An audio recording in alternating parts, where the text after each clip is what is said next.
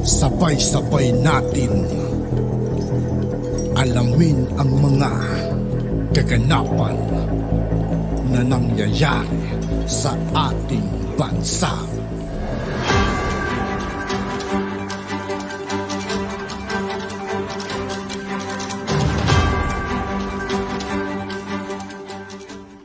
Yo, what's up mga kaibigan? This is I2K po again. Ngayon nandito ulit tayo sa channel ni Pinas Viral News. Dito ulit tayo magbibigay ng komento at reaksyon. Kaya samahan nyo guys, let's go!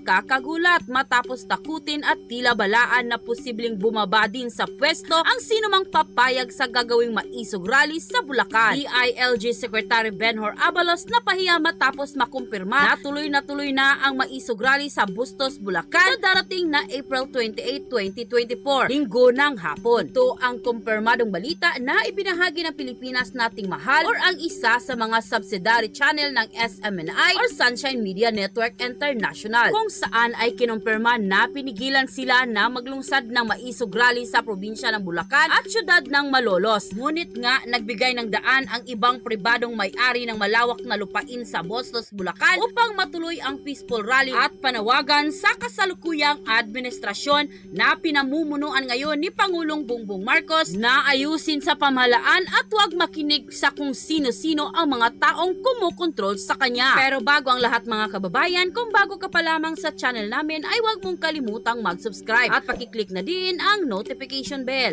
para mas maging updated ka pa lalo sa lahat pa ng mga bagong videos na i-upload namin. At yun na nga mga kababayan, marami sa ating mga kababayan ang natuwa ng tila na kumpirma na ng nasabing media outlet na kahit pa nagkaroon ng problema at ginipit sila sa pagdating sa permit, tuloy na daw ang maisog rally sa darating na linggo. Ito daw ay isang malaking sampal sa kung sino man ang nasa likod ng pagpapaharang ng nasabing maisog rally at pag-ipit ng permit sa Bulacan. Ito ay walang iba kundi ang DILG Secretary na si Benhur Abalos, na ayon mismo sa isang kilalang vlogger na si Joe De Bribre ay isa sa mga posibleng pumipigil sa magkasaysayang maisog rally na gaganapin sa Bulacan. Matapos nga lumabas ang balitang ito ay umani agad ng samot-saring komento mula sa marami sa ating mga kababayan, kung saan ay marami nga sa kanila ngayon ang di mapigilan ang kanilang sarili na maglabas ng kanilang hinaing at komento sa mundo ng social media. And the netizen posted, "Yes, mabuhay hakbang maisog, full support po kami sa maisog. Walang bitawan hanggang dulo, laban lang para sa Pilipinas Nating Mahal.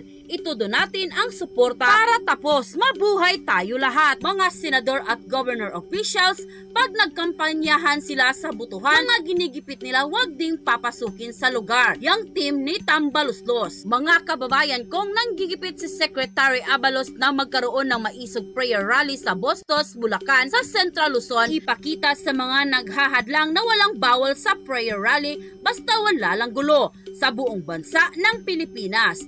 Democratic country tayo. Kilala natin si Benhur Abalos na siyang posibleng dahilan kung bakit hindi napayagan na mag-rally ang maisog peace rally sa Malolos, Bulacan, kundi sa Bustos, Bulacan. Ngayon, sana wag natin silang kalimutan sa sandaling magbago ng administrasyon kasi kadalasan nalilimutan na natin ang ginawa nila sa atin kung nagpapalit na ng administrasyon.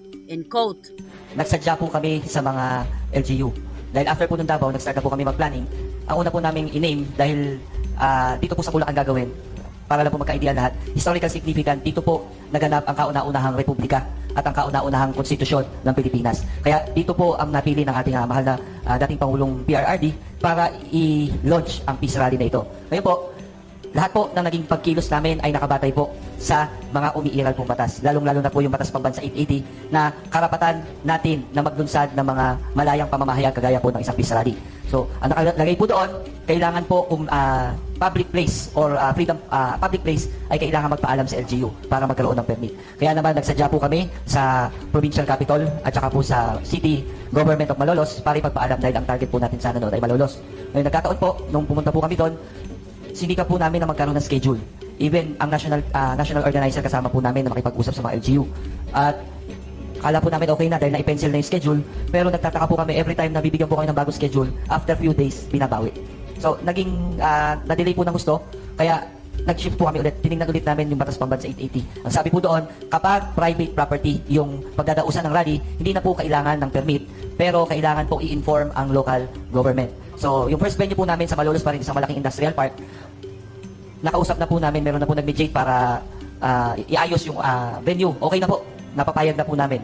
Ngayon, bumalik po kami sa LGU at nakipag-coordinate na po kami sa provincial police para sundin yung nakalagay na i-inform yung pong ating local government at ang kapulisan. But sadly, ilang araw po, 4 days after, ay binawi yung pagpayag doon sa industrial park sa pamamagitan po ng isang board resolution na idinedecline po yung kahilingan natin.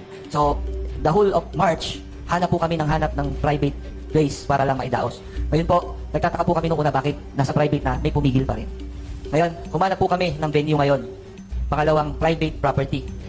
Nakipag-coordinate po kami ulit sa LGU, sa Provincial Police Office, para muli ipaalam na tuloy na po yung peace rally natin. April 19 po yun sa pagkakatanda ko, 2 o'clock ng hapon. Ngayon, ilang oras lang po, nung ting araw na yon, tumatawag po yung may-ari ng property. At ang sabi po, mayroong dalawang SUV na pupunta, may 3 lalaki po na naka-black jacket, parang office jacket siya, at nakabaligtad yung ID. At ang sabi po, huwag payagang idaos ang Maisog Rally dun sa property nila. Kung gusto nila idaos yung Maisog Rally, huwag sa Bulacan. Baka magaya sa governor ng Davao at sa mayor ng Cebu ang nangyari. So, na-threaten po yung may-ari. Baka iniisip niya, baka sa kanya i-blame pagka nagkaroon nga po ng problema. So, binawi po. Ngayon, that day din po, pinuntahan namin yung may-ari. Pinakita po namin lahat ng legal papers na ginamit po natin para maging legal yung ating po isasagawang peace rally. Dahil sisiguraduhin po natin na ang mga nandito po sa harap, hindi po kami inililigaw. Tinuturo po sa amin yung tamang pamamaraan kung paano maging maayos, maging mapayapa po ang pagsasagawa nito. Kaya kinalulungkot po nila na tinakot o hinaras yung may-ari. Kaya nung pinakita po yung mga documents, legal documents, napapayag naman po namin. Dahil naintindihan niya na legal naman pala. Dahil mayroon din po kaming papel galing sa may-ari na authority to use the property. Kaya lahat po dokumentado at areglado. Kaya ito pong mga ginagawa natin, sisiguraduhin po natin wala pong nilagpasan na kahit anong tuldok sa ating batas. O, ayan na ha. Mga ka-DDS, ayan na. Maisog Rally goes to Central Luzon, Bulacan on April 28, 2024. Kasado na ang assembly na yan ha. Kasado na talagang assembly na yan. So sa lahat ng supporters ng mga Duterte dyan, lahat ng mga DDS natin, ng mga kababayan dyan sa Central Luzon, pwede kayo talagang umattend dyan sa Maisog Rally kasi okay na talaga, tuloy na talaga yung assembly natin dyan. Dito na talaga natin malalaman kung wala na ba talagang supporters sa mga Duterte. Kagaya ng pang-i-issue ng mga tao dyan, yung ibang mga tao dyan, lalo na yung mga bashers na nagko-comment dito sa mga contents natin. Sige nga, baka may iiyak na naman. I'm sure may mambubulabog na naman sa rally. Posible, patayin yung power supply. Posible din, haharangin yung taong bayan na pupunta. Posible, may mag-aamok. Basta gagawin lang ang lahat para ma-demoralize yung assembly. Ganun naman talaga yung estilo ng kabila eh. Kasi nga, masakit sa kanilang mata ang lahat ng supporters na nagkakay. At yun na nga mga kababayan, ano na ang masasabi mo? Kung meron kayong hinaing at komento tungkol sa video na ito, komento na. At yun nga po mga kaibigan, dito po nagtatapos ang ating reaction video. Muli ako po si I2K ng Sundalo ng Dunggalo. Maraming salamat sa patuloy na pagsuporta. Yeah. Peace out.